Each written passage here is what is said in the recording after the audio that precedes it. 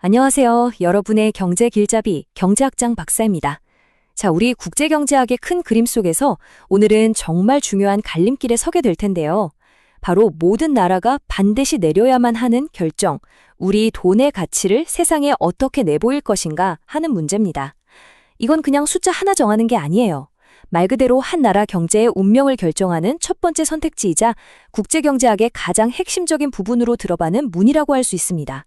오늘 바로 이 중대한 결정, 환율제도의 세계를 저와 함께 파헤쳐 보겠습니다. 오늘 우리가 함께 떠날 여정의 지도입니다. 먼저 환율 제도가 대체 왜 이렇게 중요한지 그 본질부터 한번 파고들어 보고요. 그 다음엔 고정이냐, 변동이냐, 이 두 갈래 길에 대해 알아볼 겁니다. 그리고 오늘의 하이라이트죠. 경제학의 아주 냉정한 법칙, 불가명한 삼위일체를 만날 거고요. 이론에서 그치지 않고 현실 세계에서 각 나라들이 어떤 성적표를 받았는지도 확인해 볼 겁니다. 마지막으로 이 모든 것들이 세상을 보는 우리의 눈을 어떻게 바꿔놓을 수 있는지 이야기하면서 마무리하겠습니다. 그럼 바로 첫 번째 이야기부터 시작해 볼까요? 환율제도. 아니 대체 이게 뭐길래 전 세계 경제 전문가들이 이 문제 하나로 그렇게 머리를 싸매고 밤잠을 설치는 걸까요? 자, 아주 간단한 질문으로 시작해 보죠. 여러분 지갑 속에 있는 그 10,000원짜리 한 장이요. 내일 당장 미국에 가면 몇 달러의 가치가 있을까요? 일본에 가면 몇 엔으로 바꿀 수 있을까요? 그리고 더 중요한 건 그 교환 비율, 우리가 환율이라고 부르는 이것을 대체 누가 어떤 원칙으로 정하는 걸까요? 바로 이 질문에 대한 한 국가의 공식적인 대답이 환율 제도입니다. 이 결정 하나가 여러분의 해외여행 경비는 물론이고요. 우리나라 수출 기업의 성패, 더 나아가서는 국가 경제 전체의 안정성까지 모든 것을 좌우하게 됩니다. 그럼 한 나라가 할 수 있는 선택에는 뭐가 있을까요? 크게 보면 딱 두 갈래 길이 있습니다. 환율을 어떤 특정 값에 닻을 들이듯 꽉 묶어두는 고정의 길이냐, 아니면 그냥 시장의 물결에 따라 자유롭게 떠다니도록 내버려두는 변동의 길이냐, 이건 바로 안정성과 자율성이라는 두 가지 중요한 가치 사이에서 내려야 하는 근본적인 선택의 문제입니다. 자, 이 두 그림이 모든 걸 말해주고 있어요. 왼쪽, 고정환율 제도는 배를 항구에 밧줄로 꽁꽁 묶어두는 것과 같아요. 환율이 딱 고정되어 있으니 무역이나 투자를 할 때 예측이 가능하고 아주 안정적이죠. 하지만 갑자기 큰 파도가 쳤을 때 우리 배만 따로 피할 수가 없잖아요? 그것처럼 우리 경제 상황에 꼭 맞는 독자적인 통화 정책을 펼치기가 어렵다는 단점이 있습니다. 반면에 오른쪽 변동환율제는요, 뭐랄까 망망대해를 자유롭게 항해하는 돛담배 같은 거죠. 외부에서 충격이 와도 환율이 파도처럼 오르내리면서 그 충격을 흡수해주고 또 우리 경제 상황에 맞춰서 금리를 올리거나 내리는 등 자유롭게 배를 조종할 수 있어요. 하지만 그 대가로 언제 거친 풍랑을 만날지 모른다는 그런 불안정성을 항상 안고 가야만 합니다. 이쯤 되면 학생들 사이에서 꼭 이런 질문이 나오더라고요. 교수님, 근데 두 가지 장점만 쏙 빼서 쓸 순 없나요? 안정적이면서도 우리 맘대로 할 수 있는 그런 거요. 아, 정말 합리적이고 좋은 질문이죠. 하지만 안타깝게도 경제학의 세계에는 세상에 공짜는 없다, 모든 걸 다 가질 수는 없다는 아주 냉정한 법칙이 존재합니다. 바로 오늘의 핵심 주제, 불가능한 삼위일체입니다.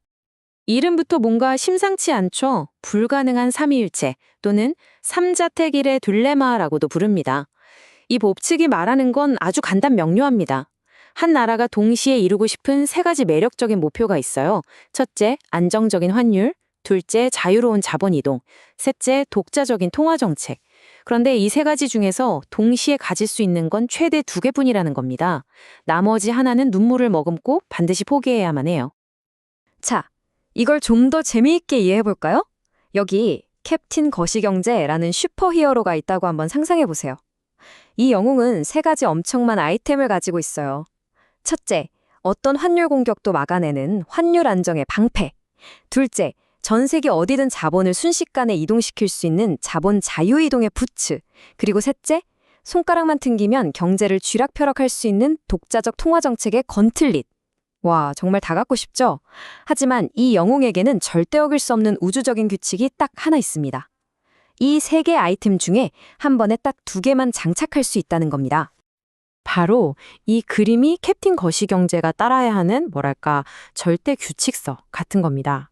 삼각형의 세 꼭지점이 바로 우리가 그토록 원하는 세 가지 목표, 즉, 세 개의 신비한 아이템을 의미하죠. 그리고 각 변은 캡틴이 선택할 수 있는 아이템 조합을 나타내요. 캡틴은 이 세 가지 조합 중에 하나를 반드시 선택해야만 하는 운명인 겁니다. 그럼 캡틴이 어떤 조합을 고를 수 있는지 하나씩 자세히 뜯어보죠. 첫 번째 선택지, 캡틴이 건틀릿, 독자적 통화 정착과 부츠, 자본이동의 자유를 골랐습니다. 이걸 장착하면 우리나라 경제 상황에 맞춰서 금리를 마음대로 조절할 수 있고 외국 자본도 자유롭게 들어오고 나갈 수 있게 되죠. 엄청 강력해 보이죠? 하지만 뭘 포기했죠? 맞습니다. 방패, 환율 안정을 내려놓았어요. 그래서 환율이 외부 충격에 따라 계속 요동치는 건 감수해야만 합니다. 바로 우리나라를 포함해서 미국, 유럽, 일본 같은 대부분의 선진국들이 선택한 길이죠. 자, 두 번째 조합을 볼까요?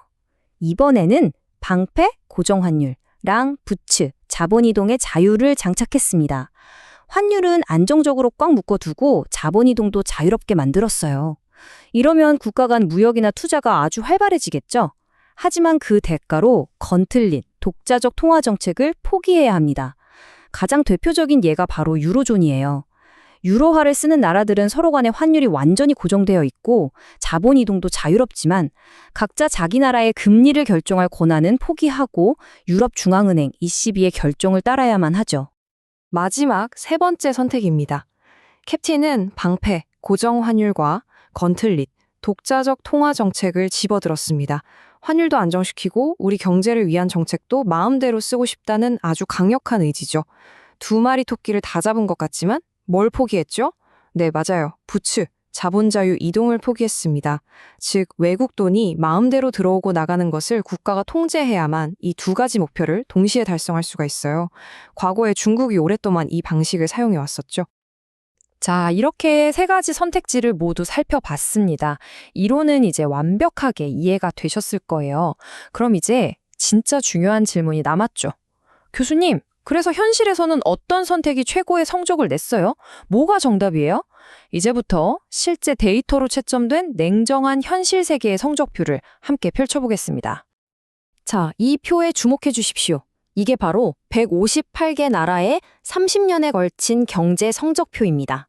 각 나라가 어떤 환율 제도를 선택했느냐가 인플레이션과 경제 성장률에 어떤 결과를 낳았는지 그 적나라한 결과가 이 표 안에 담겨 있습니다. 한번 자세히 들여다볼까요? 여러분, 이 표에서 유독 눈에 띄는 숫자가 하나 있지 않나요? 바로 이 숫자, 305.3%. 이게 뭘까요? 이게 바로 사실상 관리 변동 환율 제도를 택했던 국가들의 평균 인플레이션율입니다. 300%가 넘어요. 정말 어마어마하죠. 이처럼 어떤 환율 제도를 선택하느냐에 따라서 한 나라의 경제 성과가 정말 극과 극으로 달라질 수 있다는 걸 단적으로 보여주는 숫자입니다. 이 성적표의 핵심을 요약해보면 이렇습니다. 고정환율을 택한 나라들은요, 성장은 조금 더 했는데 물가가 엄청나게 올랐어요. 평균 17.1%나. 반면에 변동환율을 택한 나라들은 물가는 9.9%로 꽤 안정적이었지만 성장률은 좀 낮았죠. 이 데이터가 우리에게 명확하게 보여주는 사실이 뭘까요? 네, 맞습니다. 경제정책에는 공짜 점심도 없고 모든 나라의 통화는 유일한 정답도 없다는 사실입니다. 정답이 없다니요? 그럼 대체 나라들은 뭘 보고 고르는 걸까요? 그건 바로 각 나라가 처해 있는 경제적인 상황이나 발전 단계에 따라서 최적의 선택이 계속 달라지기 때문입니다. 일반적으로 몇 가지 뚜렷한 경향이 나타나요. 경제 규모는 작지만 무역에 많이 의존하는 소규모 개방경제 국가들은 안정을 위해서 고정환율을 선호하는 편이고요. 반면에 미국이나 EU처럼 나라 자체가 거대한 시장인 나라들은 정책의 자율성을 확보하기 위해 변동환율을 택하죠.